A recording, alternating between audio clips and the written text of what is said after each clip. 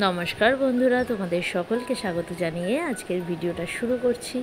আর এই ভিডিওতে আলোচনা করতে চলেছি বৃষ্টির জল দিয়ে করণীয় কিছু উপাচার, অর্থাৎ বৃষ্টির জলকে কাজে লাগিয়ে আমাদের দৈনন্দিন জীবনকে কিভাবে আরও বেশি ভালো করা যায়, কিভাবে আমাদের নেগেটিভিটিগুলো লাইফ থেকে দূর করা যায়, সেই সকল উপায় নিয়ে কিন্তু আজকে আলোচনা করব এই ভিডিওতে। প্রথমেই বলবো, যারা ব্যবসার সাথে যুক্ত রয়েছে, অর্থাৎ অনলাইন বিজনেস হোক বা অফলাইন বিজনেস হোক, প্রচণ্ড চেষ্টা করেও সেই পরিমাণ মুনাফা অর্জন করতে পারছো না বা ব্যবসায় বিভিন্নভাবে লস হয়ে যাচ্ছে, তারা এই উপায়টি করবে।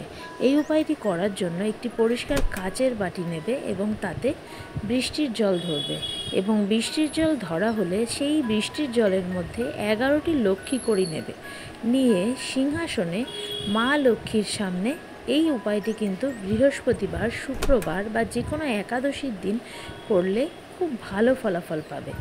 মা লক্ষ্মীর সামনে রাখবে, রেখে এক মনে মা লক্ষ্মীকে স্মরণ করে নিজের সেই ব্যবসা, মানে যে ব্যবসা করছো সেই ব্যবসাতে উন্নতির প্রার্থনা করবে। করা হয়ে গেলে পর নর্মাল যেরকম আমরা পুজো করে থাকি, নিত্যদিনের পুজো কমপ্লিট করবে। তারপরে সেই বাটিটা নিয়ে তার থেকে যে জলটা নিজের ব্যবসা ক্ষেত্রে ভালোভাবে ছিটিয়ে দেবেন।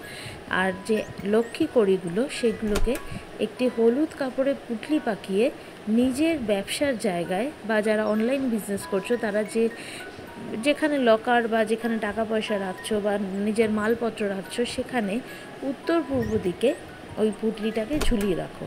এই উপায়ের মাধ্যমে কিন্তু ব্যবসার যে কোনো রকম বাধা বা যে কোনো সমস্যা কিন্তু দূর হবে।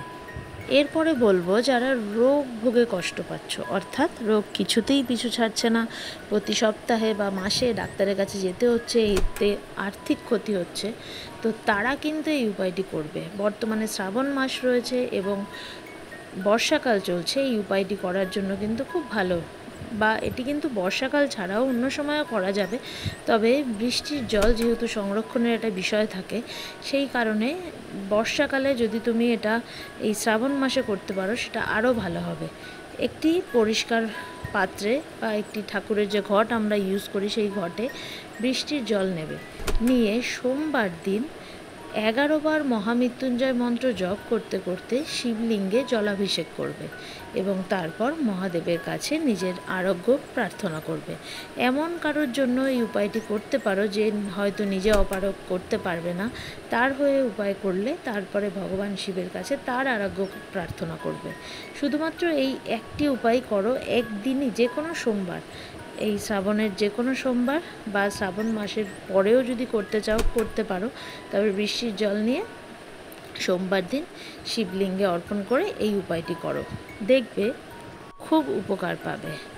এরপরে বলবো, যাদের দাম্পত্য কলহ চলছে, অর্থাৎ যারা স্বামী স্ত্রীর মধ্যে ভুল বোঝাবুঝি বা যারা প্রেমিক প্রেমিকা রয়েছে তাদের মধ্যে ভুল বোঝাবুঝি চলছে, তারা এই উপায়টি করবে। একটা পরিষ্কার কাচের বাটি বা গ্লাসের মধ্যে বৃষ্টির জল নেবে, কিছুটা গোলাপ জল নেবে এবং 3টে এলাচকে ফাটিয়ে দেবে, যাতে এলাচের সুগন্ধটা সেই জলের সাথে মিশ্রিত হতে পারে।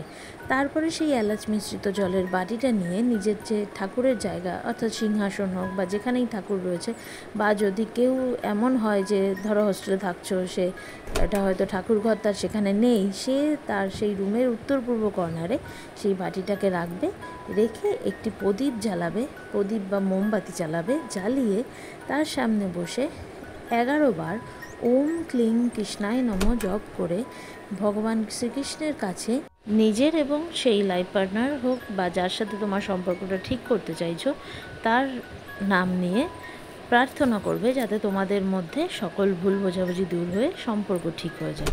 এবার এই প্রার্থনা করা হয়ে গেলে পর এলাচ 3টিকে একটি পুঁটলি পাকিয়ে সেই নিজের পার্সে রেখে দেবে, আর যে জলটা রইল সেটা নিজের মাথায় এবং পারলে নিজের পার্টনারের মাথাতেও ছিটিয়ে দেবে। এই উপায়টি করে দেখো, খুব ভালো ফল পাবে। সকলে ভালো থেকো, নমস্কার।